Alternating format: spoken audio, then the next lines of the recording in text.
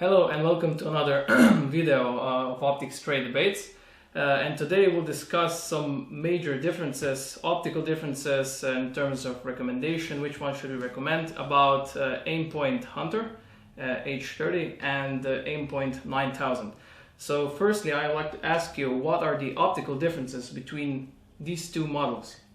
Well, the 9000 is the previous generation of Aimpoints. The Hunter H30 is the current, and well, both are still current, but it's the new one, the new generation.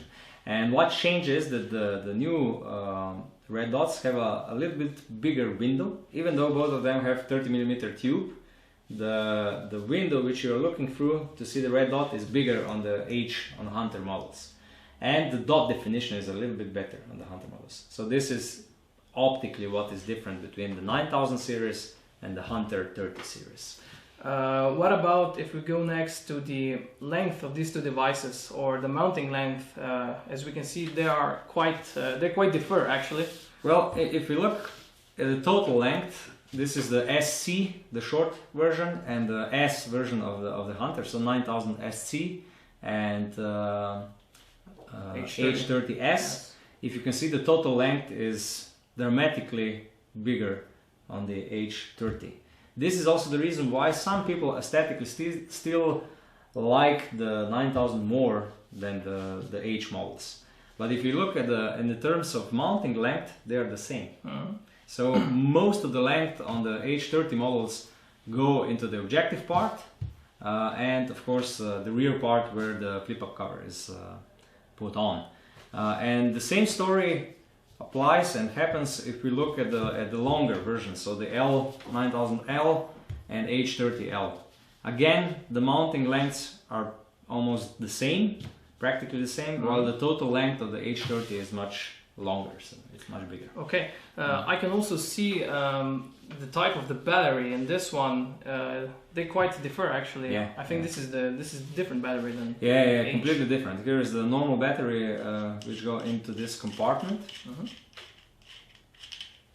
Here, and this is a tubular battery, while in this it's more common, like with all riflescopes, the CR2032 battery, which goes into this compartment here. So it's more compact. What is interesting is that both of them have the same battery life. So if you put both of them on intensity level 7, then you get about 50,000 hours of battery life, which is extremely a lot. That's correct. Yeah, both of them really can have a battery for years and you will not notice that it ran out.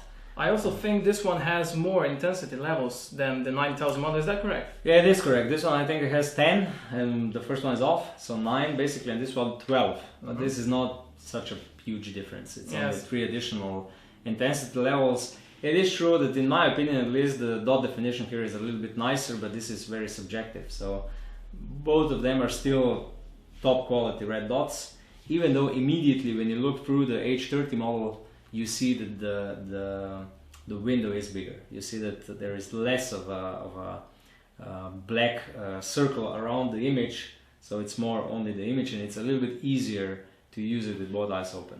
Okay, you mentioned both are top quality red dot sights, but does the same goes for the price range of these two devices?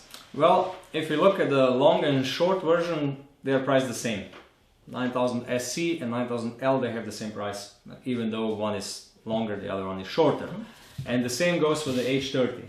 The H30S, so the short version, and the H30L, the long version, have the same price. However, there is a big difference between 9000 series and H30 series. At this moment, in 2018, this is around 800 euros, give or take. It can be 8030, 8040, something like that, the recommended retail price. While with a 9000 models, it's around 600 to 650, so in this range.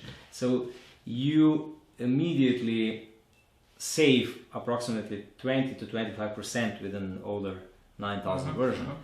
And it's all about, it's a question, what do we wish? If we wish to save some money and still have a first-class high-quality red dot, or you wish to have best available in the market, best available at this moment, and you spend a little 20% more and you get an H30, which is optically better.